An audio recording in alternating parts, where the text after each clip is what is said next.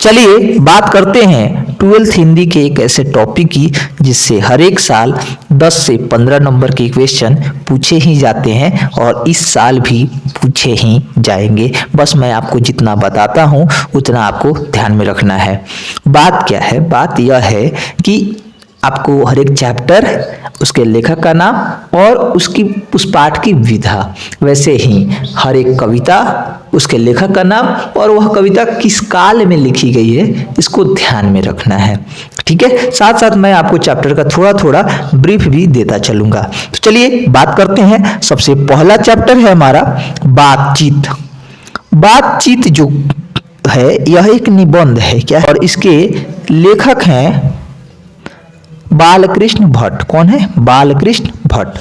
तो बालकृष्ण भट्ट जो है बातचीत के लेखक हैं। इसमें क्या बताया गया है? इसमें बताया गया कि एडिशन के विचार दिए गए हैं और बताया गया है कि जब दो लोगों के बीच बातचीत होती है वहीं असल बातचीत होती है। जैसे ही 2 से 3 हो जाते हैं, 3 से 4 हो जाते हैं तो वह बातचीत नहीं रामारमौल हो जाती है। यानी हम लोग झूठ बोलने लगते हैं, किसी अन्य व्यक्ति पर बातचीत करने लगते हैं। उसी तरह इसमें बताया गया है कि 2 बूढ़े लोगों के बीच बातचीत कैसी होती है, 2 मित्र के बीच, 2 पतोहों के बीच, 2 सासों के बीच, 2 कॉलेज फ्रेंड्स के बीच, 2 युवा लड़कियों के बीच क्या बातचीत है होती है, इन सबको बताया गया है। अंत में बातचीत का सबसे उत्तम तरीका क्या है इसको भी बताया गया है। ठीक है, जो है आत्मगोष्ठी, यानी कि अपने आप से बातचीत करना। ठीक है, अगले चैप्टर की ओर बढ़ते हैं। अच्छा, यह निबंध है, आपके बुक में मात्र 3 ही निबंध हैं जिसको आपको ध्यान में रखना है। पहला है बातचीत, दूसरा है रोज कह रहे हैं अर्धनारीश्वर, और तीसरा है प्रगीत और समाज। बातचीत, अर्धनारीश्वर, प्रगीत और समाज। चलिए बात करते हैं अगले चैप्टर की। अगला चैप्टर है हमारा उसने कहा था। उसने कहा था चैप्टर के राइटर हैं चंद्रधर शर्मा गुलेरी और यह एक कहानी है, आपको ध्यान रखना है। आपके बुक में मात्र 3 कहानियां हैं। उसने कहा था, रोज, तिरिच। उसने कहा था, रोज, तिरिच। 3 निबंध, 3 कहानियां हैं। ठीक है, बात करते हैं अगले चैप्टर की। अगला चैप्टर है हमारा संपूर्ण क्रांति। ठीक है, संपूर्ण क्रांति यह एक भाषण है। आपके बुक में मात्र एक ही भाषण है, वह है संपूर्ण क्रांति, और यह जयप्रकाश नारायण द्वारा लिखा गया है। ठीक है, जब इस भाषण में जो है जयप्रकाश नारायण भाषण दे रहे हैं पटना के गांधी मैदान में। देखिए, जयप्रकाश नारायण इंदिरा गांधी के समय में आंदोलन चला रहे थे। क्यों चला रहे थे? क्योंकि गरीबी, इंदिरा गांधी ने 1971 में नारा दिया था गरीबी हटाओ, और तब वो चुनाव जीत गई थी। तो गरीबी हटाओ का नारा दे करके, और देखा जा रहा था कि लगातार महंगाई बढ़ रही थी, भुखमरी बढ़ रही थी, गरीबी बढ़ रही थी। उन्होंने नारा दिया गरीबी हटाओ, लेकिन फिर भी गरीबी बढ़ रही है। तो इससे जो है बिहार के छात्र युवा जो है वो काफी नाराज हुए और उन्होंने आंदोलन करने का सोचा, और इसके लिए उन्होंने जयप्रकाश नारायण को बुलाया और उन्हें अपना नेता घोषित कर दिया। ठीक है, तो जयप्रकाश नारायण उन युवाओं को संबोधित करते हुए कहते हैं कि देखिए, मैं इस आंदोलन का नेतृत्व तभी करूंगा जब यह आंदोलन अहिंसा पूर्वक होगा, बिना किसी कार्य के डिस्टरबेंस के बिना होगा। यानी हम लोग जो है किसी भी तरह का माने तोड़ फोड़ वाला काम नहीं करेंगे, और यह तभी होगा जब सब लोग मेरी बात मानेंगे। चलिए बात करते हैं अर्धनारीश्वर की। अच्छा, उसने कहा था जो कहानी था, इसके बारे में भी थोड़ा सा बता देते हैं। यह कहानी 5 दृश्यों में लिखा गया है। ठीक है, 5 सीन है इसमें, जिसमें 3 सीन में जो है आपको लड़ाई का वर्णन मिलेगा। ठीक है, और इसमें कहानी का नायक जो है लहना सिंह है, वो जो है एक सिपाही हैं, तो वह वीर भी हैं, वह प्रेमी भी हैं। इसमें 3-4 रूप देखने को मिलेगा। सबसे पहला वीरता वाला रूप, दूसरा प्रेमी वाला रूप, तीसरा आपको देखने को मिलेगा सहनशीलता वाला रूप, असील वाला भी रूप देखने को मिलेगा। कहानी जो लहना सिंह है, उनकी जो पलटन है, उसका जो सूबेदार है वह है हजारा सिंह। ठीक है, और उनका एक बेटा है बोधा सिंह, और इस पलटन का विदूषक जो है वह है वजीरा सिंह। ध्यान रखिएगा। और इसमें जो प्रेम वाली बात मैं बता रहा था, वो हजारा सिंह की पत्नी है, जो बचपन में अमृतसर के बाजार में लहना सिंह से मिली थी और लहना सिंह ने पूछा था उनसे कि तेरी कुड़माई हो गई। वह शर्मा के भाग जाती थी। जब भी उनसे ये बात पूछते थे तब वह शर्मा के चली जाती थी। एक दिन अचानक जो है दोनों मिले तो पता चला कि उसकी सगाई हो गई है। खैर देखिए अगली कहानी, अगला चैप्टर देखते हैं। अगला चैप्टर है अर्धनारीश्वर। अर्धनारीश्वर जो चैप्टर है, अर्धनारीश्वर, यह एक निबंध, मैंने पहले ही बता दिया, यह रामधारी सिंह दिनकर द्वारा लिखा गया है। ठीक है, और इस चैप्टर में बताया गया है कि कोई भी समाज जो है बिना नर या बिना नारी के नहीं चल सकता है। यानी नारी और नर का महत्व समाज में दोनों का बराबर है। ठीक है, किसी नर में यदि नारी के गुण नहीं है, नारीत्व नहीं है, नारीत्व का मतलब क्या है? नारीत्व का मतलब है दया होना, नारीत्व का मतलब है सहनशीलता होना, नारीत्व का मतलब है कि किसी से प्रेम भाव रखना, सबसे प्रेम पूर्वक बातचीत करना। पौरुष का मतलब क्या है? पौरुष का मतलब है शौर्य दिखाना, थोड़ा सा रूड होना, ऐसा हम लोग को लगता है। तो पुरुष में भी नारीत्व होना चाहिए और नारी में भी पौरुष होना चाहिए। ठीक है, अगला चैप्टर है हम लोग का, अगला चैप्टर है रोज। ठीक है, जिसके राइटर हैं सच्चिदानंद हीरानंद वात्स्यायन अज्ञे। पूरा नाम है सच्चिदानंद हीरानंद वात्स्यायन अज्ञे। इनके पिताजी का नाम आप बता सकते हैं, हीरानंद शास्त्री, नाम में ही छुपा है। और यह भी एक कहानी है। इसमें एक महिला है जो बचपन में पढ़ना नहीं चाहती थी, लेकिन लेखक जो है जब उसके घर जाते हैं, जब उसकी शादी हो गई है, तो वह काम में इतना व्यस्त रहती है और जब भी काम से फुर्सत मिलता है तो अखबार के पन्नों को उलटकर देखती है और पढ़ने को तरसती है। सुबह 6 बजे से लेकर रात के 11 बजे तक उसे काम ही करने पड़ते हैं, कभी भी आराम नहीं मिलता। उसका एक छोटा सा बच्चा है, जब वह काम से फ्री होती है तो बच्चे को देखना होता है। उसके पति हैं तो पति भी काफ़ी उससे रूड है, पति से बातचीत किए हुए उसे कई महीनों हो गए होंगे। कभी उन दोनों के बीच में प्रेम वार्तालाप भी नहीं होती। कहने का सीधा सा मतलब है लेखक का कि उसका जो जीवन है काफी नीरस हो गया है, उसके जीवन में कोई प्रेम वाली बात नहीं है, जबकि उसकी शादी हुए बहुत दिन भी नहीं हुए हैं। तो इसी बात को यहाँ पे लेखक बताए हैं। रात को आते हैं, खाना खाते हैं, सुबह में चले जाते हैं, फिर जो है खाना लेकर खाना खाने आते हैं 12 बजे। सुबह 6 बजे से लेकर 9 बजे तक वह काम में ही व्यस्त रहते हैं। चलिए अगला कहानी, अगला चैप्टर है हम लोग का एक लेख और एक पत्र। ठीक है, यह जो है एक लेख जो है यह एक लेख है और पत्र जो है यह एक पत्र है। ठीक है, लेख किस विषय पर है? लेख जो है बताया गया है छात्र और राजनीति। छात्रों को राजनीति में किस प्रकार योगदान देना चाहिए। जैसे आज देखिएगा ना, कई सारे लोग सलाह देते हैं कि छात्रों को राजनीति में नहीं पढ़ना चाहिए, नहीं, छात्र को इससे दूर रहना चाहिए, राजनीति बहुत गंदी चीज होती है। तो भगत सिंह इस बात को बताते हैं कि राजनीति गंदी चीज नहीं है, राजनीति जो है गंदी चीजों को हटाने का माध्यम है। आप समाज में कोई सुधार लाना चाहते हैं, आप समाज की गंदी चीजों, गंदी कुरीतियों, गंदी सामाजिक प्रथाओं को हटाना चाहते हैं तो आपको राजनीति में भाग लेना पड़ेगा। और यदि आप समाज का विकास भी चाहते हो तो उसका एक ही माध्यम है, वह है राजनीति। ठीक है, तो छात्रों को सीधा सीधा संदेश देते हैं कि हमको राजनीति करनी चाहिए, राजनीति में भाग लेना चाहिए। और भगत सिंह यह भी बताते हैं कि अगर आप राजनीति में सीधा सीधा भाग ना ले तो आपके देश में क्या हो रहा है, आपके राज्य में क्या हो रहा है, इन सब बातों की जानकारी होना चाहिए। और आपको राजनीति से किसी खास राजनेता से लगाव नहीं होना चाहिए, अपितु अपने देश, अपने समाज से लगाव होना चाहिए। क्या सही है, क्या गलत है, वो देश के निर्णय पर देखना चाहिए। ठीक है, तो भगत सिंह जो है यहाँ पे छात्रों को राजनीति में भाग लेने की सलाह देते हैं और वह राजनीति किस प्रकार की होनी चाहिए ये भी बताते हैं इस लेख में। चलिए लेख की बात हो गई, अब बात करते हैं हम लोग पत्र की। पत्र की बात करते हैं हम लोग। पत्र में भगत सिंह ने क्या बताया है? पत्र जो है भगत सिंह सुखदेव को लिखते हैं, ठीक है। क्यों लिखते हैं पत्र? क्योंकि सुखदेव जो है सोचते हैं कि जेल में रहते हैं वो, तो सोचते हैं कि अब मैं आत्महत्या कर लेता हूँ, अब मेरे जीवन में क्या बचा है। तो वही भगत सिंह बताते हैं कि एक बार आपने मुझे बताया था कि आत्महत्या करना सबसे बड़ा पाप है, और फिर आप यह बात कर रहे हो।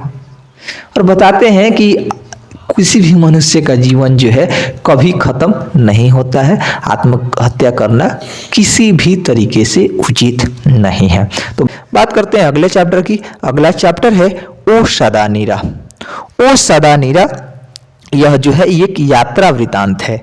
किसका यात्रा वृतांत है? जगदीश चंद्र माथुर आए हैं घूमने, ठीक है। और वह गंडक नदी के बारे में लिखते हैं, वह बताते हैं, गांधी जी के बारे में भी बताते हैं इस चैप्टर में, और खासकर गंडक नदी कैसे बाढ़ लाती है। अब आगे बात करते हैं। अगला चैप्टर है सिपाही की माँ। सिपाही की माँ जो है एक एकांकी है।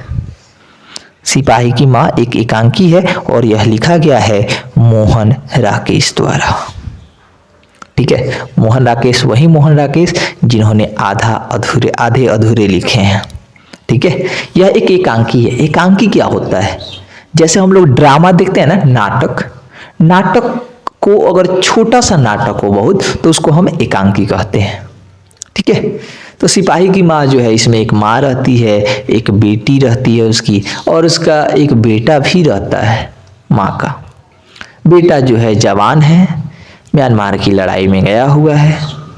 तो फिर यहाँ पे लड़ाई में गया हुआ है, तो इनको जो है उसके चिट्ठी की इंतजार रहती है कि अब आएगा चिट्ठी, कभी मंगलवार को, कभी तो ऐसे इंतजार रहता है, लेकिन चिट्ठी नहीं आती है। अंत में जो है माँ एक सपना देखती है जिसमें उसके बेटे को कोई मारने आ रहा होता है। बेटा जो है खून से लथपथ भाग रहा होता है, माँ के पास आता है, कहता है मुझे हाँफ हो रहा होता है, माँ पानी देती है, तब तक वह खूनी सांप भी आ जाता है।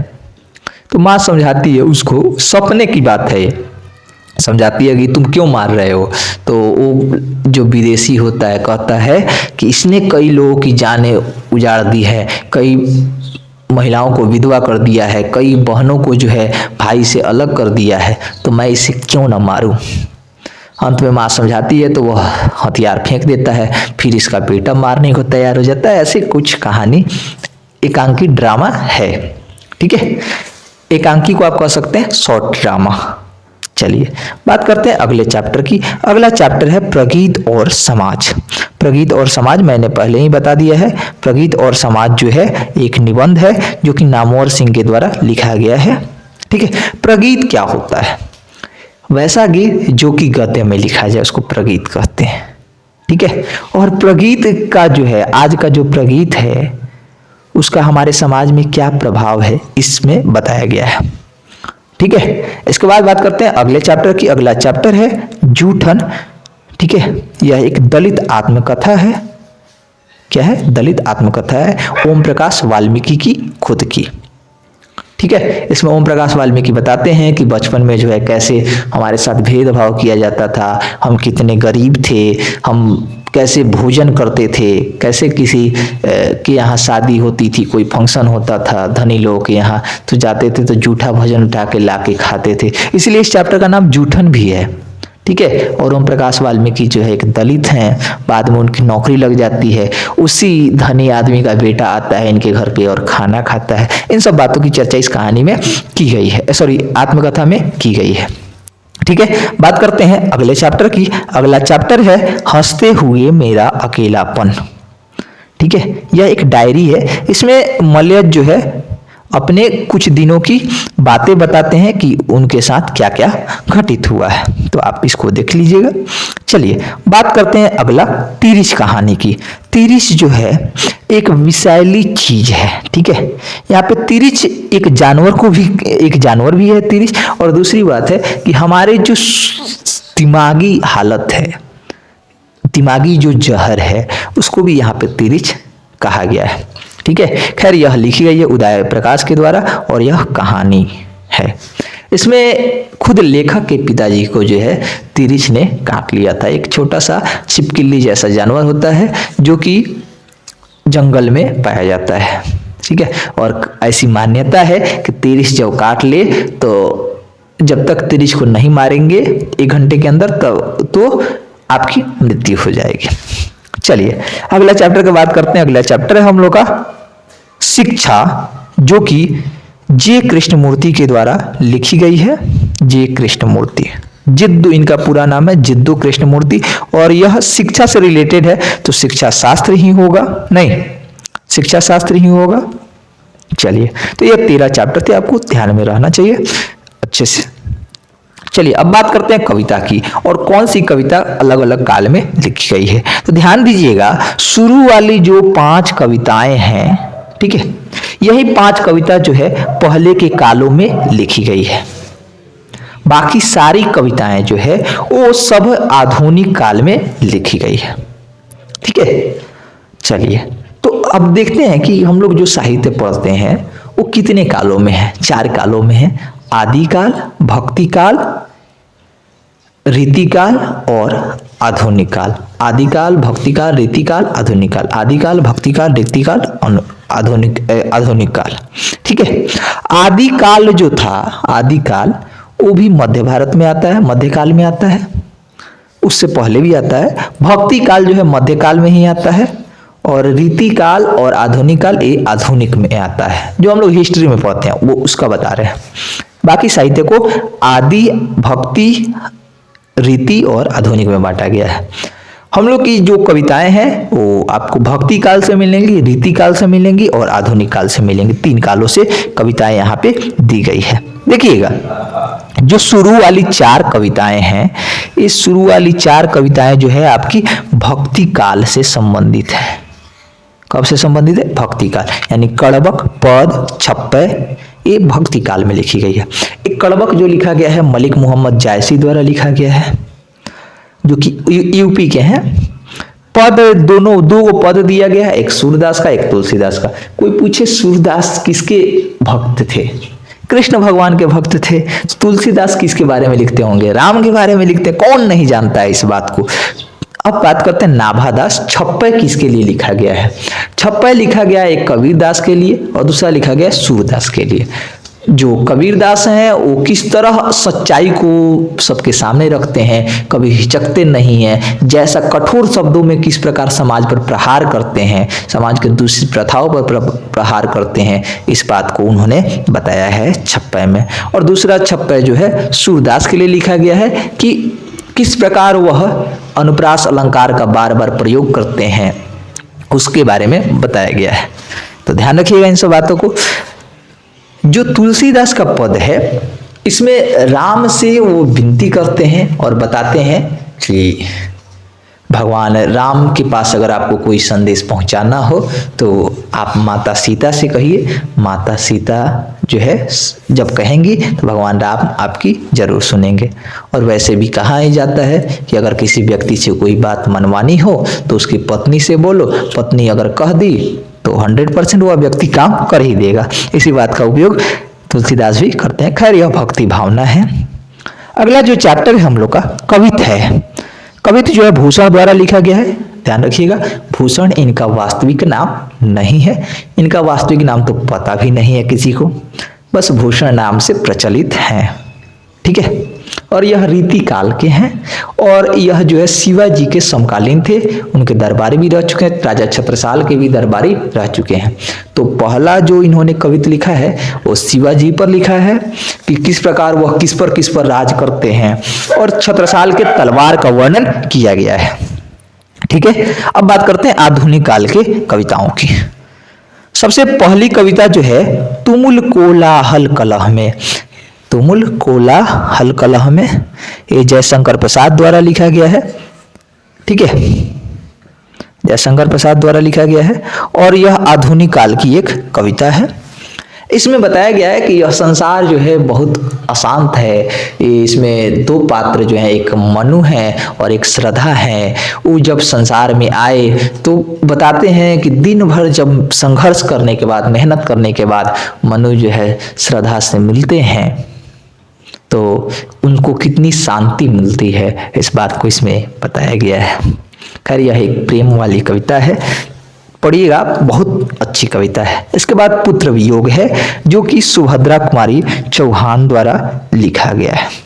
पुत्र वियोग सुभद्रा कुमारी चौहान द्वारा लिखा गया। ये भी आधुनिक काल की है, सब आधुनिक काल की है। सुभद्रा कुमारी चौहान ने पुत्र वियोग कविता में क्या बताया है? उन्होंने बताया है कि जब उनका पुत्र खो गया तो उनको काफ़ी दुख होता है। वो अपने पुत्र को कैसे प्यार करती हैं, कैसे उसे सुलाती हैं, इन सब चीज़ों को बताते हैं। उनके पुत्र की मृत्यु हो गई है, इसी पर उन्होंने यह कविता लिखी गई है। शोक कविता है यह। इसी तरह आप देखेंगे निराला, सूर्यकांत त्रिपाठी निराला की अपनी पुत्री पर कविता लिखी है, तो वह सबसे बड़ी शोक गीत है। और दूसरी सबसे बड़ी शोक गीत है पुत्र वियोग, ध्यान रखिएगा। इसके बाद बात करते हैं अगली कविता उषा। उषा कविता जो है शमशेर बहादुर सिंह द्वारा लिखी गई है। ठीक है, इसमें उषा किसको कहते हैं? उषा कहते हैं सूर्योदय के ठीक पहले का काल, 1 घंटे का काल जो होता है उसी को उषा, 1-1.5 घंटे का काल उषा कहते हैं। सूर्योदय के ठीक 1-1.5 घंटे पहले का काल, जिसमें सूर्य जो है उदय होने वाला रहता है, थोड़ी थोड़ी लालिमा रहती है, आकाश काला सा दिखता है। बहुत अच्छा वर्णन किया गया है। बाकी आप जो है इस कविता के बारे में और जानना चाहते हैं तो लिंक डिस्क्रिप्शन में दे दूंगा। सारी कविता अच्छे तरीके से समझाई भी गई है। इसके बाद है जन जन का चेहरा, एक गजानन माधव मुक्तिबोध के द्वारा लिखा गया है। ठीक है, इसमें बताया जाता है कि हर एक व्यक्ति जो है एक है, चाहे वह किसी देश का हो, किसी धर्म का हो, किसी जाति का हो, समुद्र के उस पार से हो, हर एक का जो निर्माण जो है एक ही तरह से लिया गया है और सबके साथ एक ही प्रकार का व्यवहार भी होता है। इसके बाद अधिनायक कविता है। इसमें बताया जाता है अधिनायक कविता में कि जनता ही अधिनायक है, और लेकिन अधिनायक जनता ही अधिनायक है, लेकिन नेता लोग जो है कैसे आते हैं, जनता को मूर्ख बना देते हैं, इन सब की बात की गई है। अगली कविता है प्यारे नन्हे बेटे को, विनोद कुमार शुक्ल द्वारा लिखी गई है। इसमें विनोद कुमार शुक्ल जो है अपने बेटे को किस तरह से समझाते हैं, नहीं किस तरह कंधे पर बिठाकर घूमते हैं, और कैसे लगता है कि बेटा जो है जब कुछ कर जाता है, उनसे बड़ा बन जाता है, तो पिता को कितना गर्व महसूस होता है, इस बात को बताया गया है। अगली कविता है हार जीत। सब ध्यान रखिएगा इस चैप्टर के बारे में, इस चैप्टर के बारे में, हार जीत के बारे में सबसे महत्वपूर्ण बात क्या है, यह एक गद्य कविता है। ठीक है, यही एकमात्र एक ऐसी कविता है जो गद्य कविता है। गद्य कविता का मतलब क्या होता है? वह कविता जो गद्य रूप में लिखी जाए, कहानी की तरह लिखी जाए, लाइन बाय लाइन लिखा जाए, उसको कहते हैं गद्य कविता। इसके बाद अगली कविता है गांव का घर, एक ज्ञानेंद्र पति द्वारा लिखा गया है। नहीं, और यह भी आधुनिक काल की कविता है। इसमें बताया गया है कि गांव का घर कैसा होता है। वहाँ 3 चैप्टर और हैं जिसको आपको ध्यान में रखना है। पहला चैप्टर है रस्सी का टुकड़ा। तीनों जो है कहानियां हैं, ये गाइडिंग मुपासा के द्वारा लिखी गई है। और अगला है क्लर्क की मौत, अंटोन चेखव के द्वारा लिखी गई है। इंग्लिश में भी आपने इनका नाम सुना होगा। और तीसरी कहानी है पेशगी, हेनरी लोपेज के द्वारा लिखी गई है। ये भी आधुनिक काल की कविता है। तो ध्यान रखिएगा, इससे आपके बता रहा हूं ना, जितना मैंने बात बताया है आपको 20 नंबर आपके बन ही जाएंगे, 20 नंबर के ऑब्जेक्टिव। तो ध्यान रखिएगा। बहुत बहुत धन्यवाद। मिलते हैं फिर अगले वीडियो में बहुत जल्द ही।